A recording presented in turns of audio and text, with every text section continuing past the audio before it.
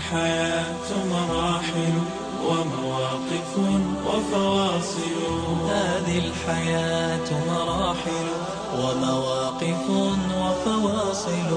إن كان فيها فضائل تأتي السعادة تقبل، تأتي السعادة تقبل. استغفروا وتغافروا بل سبحوه واشكروا. استغفروا وتغافروا بل سبحوه واشكروا. سترون أرزقا ترى مثل السماء إذ تمطر. مثل السماء إذ تمطر. عند اللقاء تصافحوا وتبسموا وتسامحوا. عند اللقاء تصافحوا وتبسموا وتسامحوا. باب القلوب له افتحوا. باب القلوب له افتحوا. باب القلوب له افتحوا. من الفضائل في هذا الدين فضائل الأعمال التي حرص عليها النبي صلى الله عليه وآله وسلم، بل ربما كررها في المجلس الواحد 70 مرة وربما 100 مرة، وكان كثيرا ما يرددها. هي قوله صلى الله عليه وآله وسلم: أستغفر الله، أستغفر الله العظيم وأتوب إليه. الاستغفار، حتى قال صلى الله عليه وآله وسلم: إني لأستغفر الله في المجلس الواحد أكثر من 70 مرة. 70 مرة وهو يقول: أستغفر الله، أستغفر الله، أستغفر الله. إنها كلمات أبينا آدم عليه السلام وأمنا حواء لما أكلا من الشجرة، أول كلمة قالاها: ربنا ظلمنا أنفسنا وإن لم تغفر لنا وترحمنا لنكونن من الخاسرين. أول شيء طلبوه المغفرة، كانوا يستغفرون. ونزل آدم عليه السلام إلى الأرض وظل سنوات يبكي ويستغفر الله عز وجل. الاستغفار. إبليس لما لعنه الله عز وجل قال: بعزتك لأغوينهم أجمعين، عبادك هؤلاء لأحتنكن ذرية آدم إلا قليلا، سوف أضلنهم، لآتينهم من بين أيديهم ومن خلفهم وعن أيمانهم وعن شمائلهم ولا تجد أكثرهم شاكرين. قال الله عز وجل يرد على إبليس، قال: لأغفرن لهم ما استغفروني. أستغفر الله، أستغفر الله، أستغفر الله. أحلى الكلمات وأجل الكلمات. إن القلب ليصدأ، شفت القلب يحوش مثل الصدأ الغبش. هذا القلب إذا صدأ كيف نجلوه؟ بالاستغفار. أن يجلس الواحد منا مجلسا فيستغفر الله 100 مرة ويتفكر في كلماته، يقول: أستغفر الله، أستغفر الله. سنة الأنبياء، سنة المرسلين. نوح عليه السلام لما سأل ربه ابنه ثم رجع وقال: وإن لم تغفر لي وترحمني أكن من الخاسرين. رفع نوح عليه السلام يديه إلى السماء قال: رب اغفر لي، رب اغفر لي ولوالدي، رب اغفر لي ولوالدي ولمن دخل بيتي مؤمنا وللمؤمنين والمؤمنات ولا تزد الظالمين إلا تبارا. نوح عليه السلام أكثر كلامه كان استغفار. كل الأنبياء. موسى عليه السلام لما قتل نفسا قال: ربي إني ظلمت نفسي فاغفر لي، فاغفر لي، فغفر له، مع أنه قتله خطأ، ما قصد ذلك موسى عليه السلام. كل الأنبياء كانوا يستغفرون، حتى محمد صلى الله عليه وآله وسلم الذي غفر الله ذنبه أمره الله فقال: واستغفر لذنبك، مع أنه مغفور له، واستغفر لذنبك وللمؤمنين والمؤمنات. وأمره الله عز وجل أن يستغفر لأهل الإيمان ليكون قدوة لنا. خرج النبي صلى الله عليه وآله وسلم ليلة من الليالي إلى المقبرة بالليل، خرج من فراشه وكانت ليلة عائشة، خرج من فراشه ليلة إلى بقيع الغرقد ذهب ليستغفر لأهل القبور، وكانت آخر أيامه قبل وفاته صلى الله عليه وسلم الاستغفار. وما أدراك ما الاستغفار؟ جاء رجل إلى الحسن البصري فقال له: يا إمام، نشكو جدب أراضينا، يعني ما في مطر. قال: استغفر الله. وجاءه ثاني قال: يا إمام، نشكو الفقر. قال: استغفر الله. وجاءه ثالث قال: يا إمام، ما عندنا أولاد. قال: استغفر الله. قال أحدهم للحسن: كلما طلب منك أحدهم طلبا رددت عليه نفس الجواب فقط الاستغفار؟ قال: نعم. ألم تقرأ قول الله: فقلت استغفروا ربكم إنه كان غفارا يرسل السماء عليكم مدرارا ويمددكم بأموال وبنين ويجعل لكم جنات ويجعل لكم أنهارا. كل الخيرات في الدنيا والآخرة مفتاحها الاستغفار. جاءتني امرأة قبل فترة من الزمن تشتكي أن الله عز وجل لم يرزقها الولد، ليس فيها عيب لا هي ولا زوجها، حاولت بكل أنواع العلاج لكن لا فائدة، إلى الآن لم يكتب الله لها الولد. نصحتها نصيحة، قلت لها: أختي الفاضلة، احرصي في كل يوم على كثرة الاستغفار أنت وزوجك، ولنفترض في كل يوم وليلة 1000 مرة نقول أستغفر الله، لا يأخذ زمنا طويلا، 1000 مرة أنت و1000 مرة زوجك، وجربي هذا العلاج واستيقني الإجابة من الله عز وجل. تقول هذه الأخت: بل أنا أقول بعد فترة من الزمن اتصل علي زوجها يبشرني أنها حامل، ثم ولدت، ثم كبر ولدها بفضل الله عز وجل، ثم بفضل الاستغفار. فقلت: استغفروا ربكم إنه كان غفارا يرسل السماء عليكم مدرارا ويمددكم بأموال وبنين. حاس بضيق، رزقك قليل، الدنيا ضاقت فيك، تبي الحل؟ من لزم الاستغفار، يقول النبي صلى الله عليه وآله وسلم: من لزم الاستغفار أكثر من الاستغفار جعل الله له من كل هم فرجا ومن كل ضيق مخرجا ورزقه من حيث لا يحتسب. هذا فقط لو جلست في صباحك ومسائك تكثر من الاستغفار، تقول: أستغفر الله أستغفر الله أستغفر الله أستغفر الله أستغفر الله أستغفر الله. عمر بن الخطاب قالوا له: يا عمر، أجدبت الأرض والسماء، ما في مطر، قم فاستسقي لنا. فأخذ يخطب في الناس، ماذا كان يقول؟ فقط يستغفر الله عز وجل ويدعو الناس للاستغفار، لأن عمر يعلم أن هذا هو سبيل نزول المطر. فقلت: استغفروا ربكم. يقول النبي صلى الله عليه وسلم: طوبى لمن؟ قال: طوبى لمن وجد في صحيفته استغفارا كثيرا. محظوظ هذا، هنيئا له الذي يأتي يوم القيامة يجد في الصحيفة كل استغفار. هذا هو الذي سوف يفوز عند الله يوم القيامة. هذه الحياة مراحل ومواقف وفواصل، هذه الحياة مراحل ومواقف وفواصل، إن كان فيها فضائل تأتي السعادة تقبل، تأتي السعادة تقبل.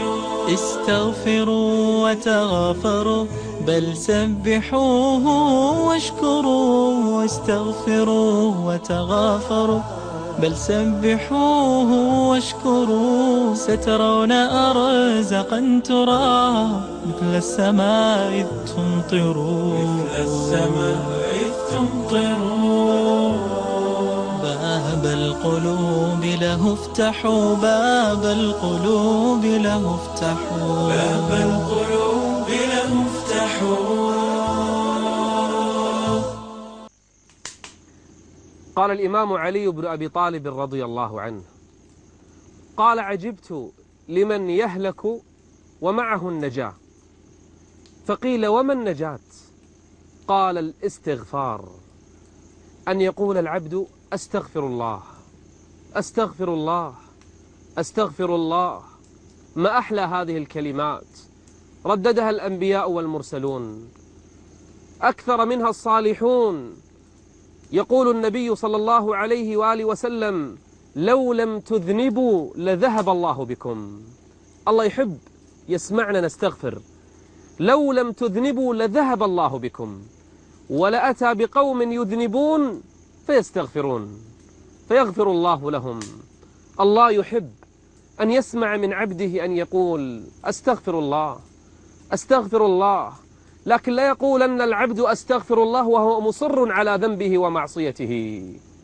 والذين إذا فعلوا فاحشة أو ظلموا أنفسهم ذكروا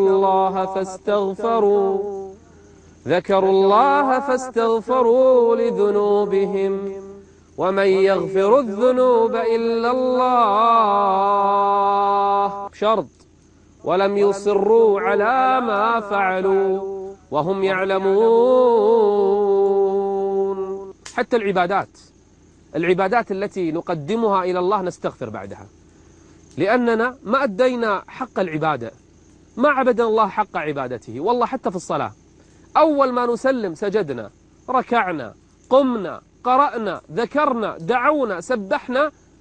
أول ما نسلم ماذا نقول؟ أستغفر الله أستغفر الله أستغفر الله. نردد هذه الكلمات ما أجملها، تمحو الخطايا، تذهب الذنوب، تكمل العبادات. شفت عرفة من أعظم الأيام في السنة، وأعظم الناس الذين يقفون على صعيد عرفة، بل الحج أعظم ركن في عرفة. قال عليه الصلاة والسلام الحج عرفة. بعد ما يفيض الناس من عرفة ويتقبلهم الله، ماذا يطلب الله منهم؟ ثم أفيضوا من حيث أفاض الناس واستغفروا الله. بعد عرفة استغفر الله. هذه امرأة تقول مات زوجي وعندي أطفال صغار ونحن فقراء، يعني ما عندنا أموال. تقول ضاق صدري، أنا أرملة ما عندي أحد ينفق علي وأطفالي صغار، فسألت شيخا بعد أن ضاقت بي الدنيا ماذا أصنع؟ ماذا أفعل؟ قال لها الزمي الاستغفار. قالت أقول له ما عندي رزق لعيالي، حنا حالتنا ضعيفة، ويقول لي استغفر الله، أنا ما أذنبت. قال لها استغفر الله، هذا هو الحل. تقول فظللت أنا وأوصيت أطفالي 6 شهور ما ملت، مو بيوم ولا يومين، 6 شهور تستغفر الله عز وجل. تقول والله كان عندنا أرض ما تسوى شيء، أرض بيعها يعني خسارة. تقول هذه الأرض التي تركها زوجي جاء عليها مخطط فصارت من أغلى الأراضي وبيعت بملايين. تقول فعشت أنا وأولادي حتى كبروا وتزوجوا في رغد العيش. بسبب ماذا؟ ورزقه الله من حيث لا يحتسب. الرزق يزدكم قوة إلى قوتكم. هذه وصية هود عليه السلام لقومه: إذا استغفرتم الله يمتعكم متاعا حسنا ويزدكم قوة إلى قوتكم، أي يزيدكم نعيما وقوة ونعما على نعمكم. هذا أيضا رجل يأتي إلى شيخ يقول: يا شيخ بيني وبين زوجتي مشكلة. فقال: اذهب لعل الله عز وجل يصلحها. قال: أنا أخطأت بحقها وحصل بيني وبينها فراق. فنصحه الشيخ أن يذهب ويصلح ما بينه وبينها. يقول: فلما ذهبت وطرقت الباب فإذا زوجتي تغيرت، وإذا بها انصلح حالها، وهي تستقبلني أحسن استقبال وترحب بي بعد أن اختلفنا اختلاف كبير بينه وبين زوجته خلاف. فقلت لها: أسألك بالله ما الذي جرى؟ كلمك أحد؟ قالت لا. ما الذي حصل؟ أنا أخطأت بحقك. قالت: جلست من أول ما خرجت إلى أن رجعت فقط أستغفر الله عز وجل. علمت أن الله عز وجل سيفرج همنا، سيخرجنا من ضيقنا، سيؤلف بين قلوبنا فقط بالاستغفار. تريدون الرزق في الدنيا؟ تريدون الفرج؟ تريدون سعادة الدنيا والآخرة؟ بالاستغفار. حتى آخر الليل أهل التقوى يستغلون قبيل الفجر بالاستغفار، هذه من أوقات الاستغفار. النبي صلى الله عليه وسلم يخبر أن الله عز وجل ينزل إلى السماء الدنيا فيقول: هل من سائل فأعطيه؟ هل من مستغفر فأغفر له؟ أين الذين يستغفرون بالأسحار؟ كانوا قليلا من الليل ما يهجعون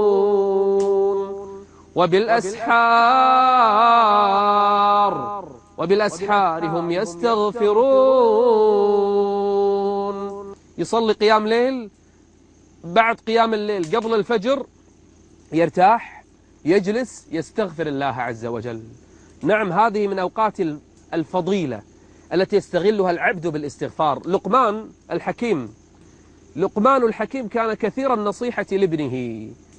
من نصائحه قال: يا بني عود لسانك الاستغفار، خلك دائما أستغفر الله أستغفر الله أستغفر الله أستغفر الله، فإن لله ساعات يستجيب فيها لعباده. يعني راح يوافق يوم من الأيام ساعة يستجيب الله لك فيها فيغفر الله لك ذنبك. الإمام أحمد خرج في قرية من القرى مسافر، دخل إلى تلك القرية ما عند أحد يضيفه، ما يعرف أحد، وأهل القرية ما يعرفونه، مع أن إمام أهل السنة. دخل مسجد ينام فيه، جاءه حارس المسجد طرده، قال: ممنوع. قال: دعني أنام ساعة. قال له: ممنوع، لازم تخرج.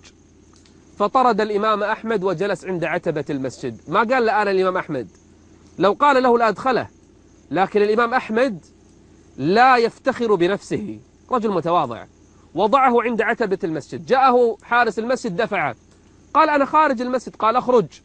طرده حتى أوصله إلى قارعة الطريق، سمعه من خباز يخبز بالليل علشان يعجن والفجر يبيع الناس الخبز.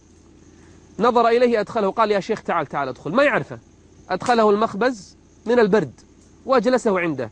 خباز يعجن، مع كل عجنة أستغفر الله أستغفر الله أستغفر الله أستغفر الله. تعجب الإمام أحمد، قال: يا فلان، منذ متى وأنت على هذه الحال استغفار؟ قال: منذ زمن. قال: أو أعطاك الله شيئا؟ حنا نعرف أن الاستغفار يأتي بالنعم والخير. قال: ما سألت ربي سؤالا إلا أعطاني إياه، كل سؤال كل طلب إلا طلب واحد. قال: ما هو؟ قال: دعوت الله أن يريني الإمام أحمد ما رأيته حتى الآن.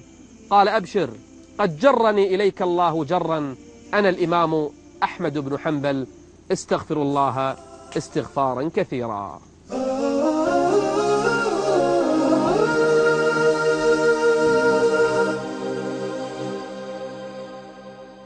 باب القلوب له افتحوا، باب القلوب له افتحوا، باب القلوب له افتحوا.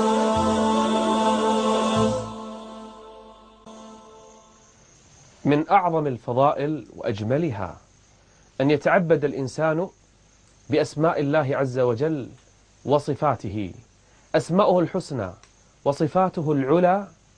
يقول النبي صلى الله عليه وآله وسلم: إن لله تعالى 99 اسما من أحصاها دخل الجنة. فهل رأيتم فضلا مثل هذا، أن يحصي الإنسان أسماء ربه جل وعلا، أسماء محبوبه سبحانه وتعالى، وإذا أحصاها دخل جنة عرضها السماوات والأرض. يقول الله في القرآن: ولله الأسماء الحسنى فادعوه بها وذروا الذين يلحدون في أسمائه سيجزون ما كانوا يعملون. كل من ينكر اسما من أسماء الله أو صفة من صفات الله عز وجل ذروهم، اتركوهم، وتعبدوا الله عز وجل بهذه الأسماء. ادعوا الله عز وجل بها، توسلوا إلى الله عز وجل بهذه الأسماء. قل ادعوا الله أو ادعوا الرحمن أيما تدعوا فله الأسماء الحسنى. ما أجمل أسمائه جل وعلا، ذكرها الله عز وجل في القرآن، وذكرها النبي صلى الله عليه وآله وسلم في السنة الصحيحة. أسماؤه أكثر من أن تحصى، أسماؤه لا يعرفها كل البشر، بل أسماؤه كثير منها أخفاها الله عز وجل عن الخلق، لكن أطلعنا على جزء منها. ومن أحصى 99 منها دخل الجنة. وما الدليل على أن له أكثر من 99؟ حديث النبي صلى الله عليه وآله وسلم أنه ما من عبد يصيبه هم أو غم فيقول اللهم إني عبدك ابن عبدك ابن أمتك ناصيتي بيدك ماض في حكمك عدل في قضاؤك. شوف الآن الشاهد: أسألك بكل اسم هو لك سميت به نفسك أو أنزلته في كتابك أو علمته أحدا من خلقك أو استأثرت به في علم الغيب عندك. أي هناك أسماء استأثر الله عز وجل بها في علم الغيب عنده. ثم تقول بالحديث أن تجعل القرآن ربيع قلبي ونور صدري وجلاء حزني وذهاب همي وغمي إلا أذهب الله همه وغمه. هذا هو الدعاء بأسماء الله عز وجل. كيف نحصي 99 اسما خلاص نحفظها وندخل الجنة؟ الإحصاء ليس كالحفظ، الإحصاء أعظم. ليس فقط تعرف الأسماء وينتهي الأمر، أن تعرف أول شيء وتحفظ أو تعرف معناها. ألفاظها 1، معناها 2، ثم تعمل بمقتضاها. يعني شلون؟ إذا علمت أن الله عز وجل هو الرزاق لا تطلب الرزق إلا من عنده جل وعلا. إن علمت أن الله عز وجل هو السميع العليم لا تقل ولا تعمل إلا ما يرضي الله عز وجل. إن علمت أن الله عز وجل من أسمائه الرقيب فإنك تعبد الله كأنك تراه، فإن لم تكن تراه فإنه يراك. إن علمت أن الله عز وجل هو القوي فإنك تستعين به وتلجأ إليه جل وعلا. هكذا يعمل الإنسان بمقتضى أسماء الله عز وجل وصفاته، ليس فقط يحفظ الأسماء وينتهي الأمر. إن حفظت أن من أسماء الله عز وجل السميع البصير العليم الحفيظ، هذه الأسماء تجعلك تراقب الله جل وعلا. ونحن أقرب إليه من حبل الوريد. الله جل وعلا يسمع دبيب النملة. شفت النملة؟ نملة تمشي على صخرة صماء في ليلة ظلماء تدب على الأرض فيسمع الله عز وجل دبيبها. الله سميع عليم لا تخفى عليه خافية. ما من ورقة تسقط في الأرض إلا يعلمها جل وعلا، بل يعلم ما توسوس به كل نفس. كم مليار اليوم على الأرض؟ أكثر من 6 مليارات آدمي إنسان. هؤلاء الناس كل واحد 6-7 مليارات إنسان، كل واحد يوسوس داخله، يفكر، يوسوس، تخالجه بعض الكلمات داخله ما تلفظ بها أصلا. كل هذه الوساوس في الأرض يعلمها الله عز وجل. ولقد خلقنا الإنسان ونعلم ما توسوس به نفسه ونحن أقرب إليه من حبل الوريد. إنه الله جل وعلا إذا أراد الإنسان أن يدعو بأسماء الله. واسمعوا لهذه القصة: رجل مسكين يعمل بالكراء، يوصل ناس على دابته من بلد إلى بلد، ومثل اليوم طائرات وسيارات وقطارات، لا كانوا على الدواب يركبون الناس يوصلونهم من بلد إلى بلد ببعض النقود والدراهم، وعند أولاد صغار يطعمهم، والرجل صالح. يوم من الأيام أخذ رجلا يوصله من قرية إلى قرية أخرى بعيدة. في الطريق قال له: أعرف مكانا أحسن من هذا، طريقا أقصر من هذا. قال: تدل؟ قال: نعم. أين؟ قال: اذهب من هنا. فذهب حسب دلالته فأوصله إلى واد مقفر موحش، ورأى بعض عظام الآدميين في الطريق، فقال له: أمتأكد أنت أن هذا هو الطريق؟ قال: نعم. حتى إذا ابتعد عن أعين الناس وجاء في المكان الذي حدده نزل من الدابة وأخرج سكينه. قال ماذا تريد؟ قال إني قاتلك. خلاص، أنا مو أنت أول واحد، أنا قتلت كثر. قال ولم تقتلني؟ قال أخذ المال الذي عندك. قال خذ المال كله ودعني أذهب، فإن ورائي أطفالا صغارا. قال لا والله، أما المال فهو لي، أما أنت فإني قاتلك. الأمر انتهى. قال فإن كنت قاتلي فدعني أصلي ركعتين. قال صلي. فأخذ يصلي ودعا في سجوده. انظروا ماذا قال: يا ودود يا ودود يا ودود يا ذا العرش المجيد، يا فعالا لما يريد بأسماء الله وصفاته، يا فعالا لما يريد، يا من قدرته وسعت كل شيء، أعوذ بنور وجهك الذي ملأ أركان عرشك. أخذ يدعو ويدعو ويدعو حتى قال: يا مغيث أغثني، يا مغيث أغثني، يا مغيث أغثني. فجأة فإذا بفارس يأتي من بعيد، فارس يأتي من بعيد والمكان لا أحد يأتي إليه. نظر الاثنان: من هذا الفارس؟ فإذا بهذا الفارس لما وصل إلى هذا الرجل المجرم أخرج رمحا فطعن به في صدره فقتله. سبحان الله، ما الذي حدث؟ ما الذي جرى؟ قال: من أنت؟ قال: أنا ملك في السماء الثالثة، لما دعوت الله في المرة الأولى سمعنا لأبواب السماء قعقعة، السماء اهتزت بدعائك، فلما دعوت الثانية فتحت أبواب السماء، فلما دعوت الثالثة نزل جبريل وقال: أيكم ينصر الذي ينادي ربه ويستغيث بالله؟ يقول: فدعوت ربي أن أكون أنا الذي أغيثك، فأذن الله لي فنزلت لأغيثك، وإذا به يقتل المجرم وينجو من دعا بأي شيء، دعا بأسماء الله عز وجل. أسماء الله نعيش معاها، أسماء الله حياة كاملة، أسماء الله عبادة نتقرب إلى الله عز وجل بها. من أعظم الفضائل لو كل يوم نجعل لنا اسم من أسماء الله عز وجل، نتعلم الاسم، معنى الاسم، ما يقتضي هذا الاسم من عبادات، من أعمال، من أخلاق. القضية ليست فقط اسم نحفظه وينتهي الأمر، لله 99 اسما، هذه حياة كاملة. من أحصاها دخل الجنة. أعظم آية في القرآن تصف الله عز وجل: هو الله الذي لا إله إلا هو الحي القيوم.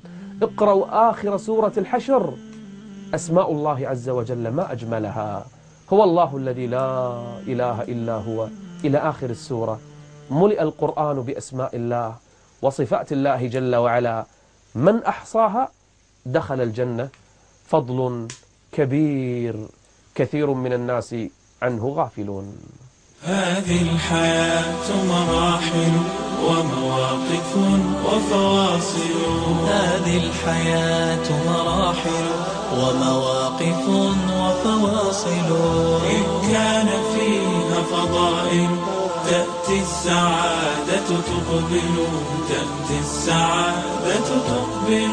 استغفروا وتغافروا بل سبحوه واشكروا، استغفروا وتغافروا بل سبحوه واشكروا. سترون أرزقا ترى مثل السماء إذ تمطروا، مثل السماء إذ تمطروا. عند اللقاء تصافحوا وتبسموا وتسامحوا، عند اللقاء تصافحوا وتبسموا وتسامحوا. باب القلوب له افتحوا، باب القلوب له افتحوا، باب القلوب له افتحوا.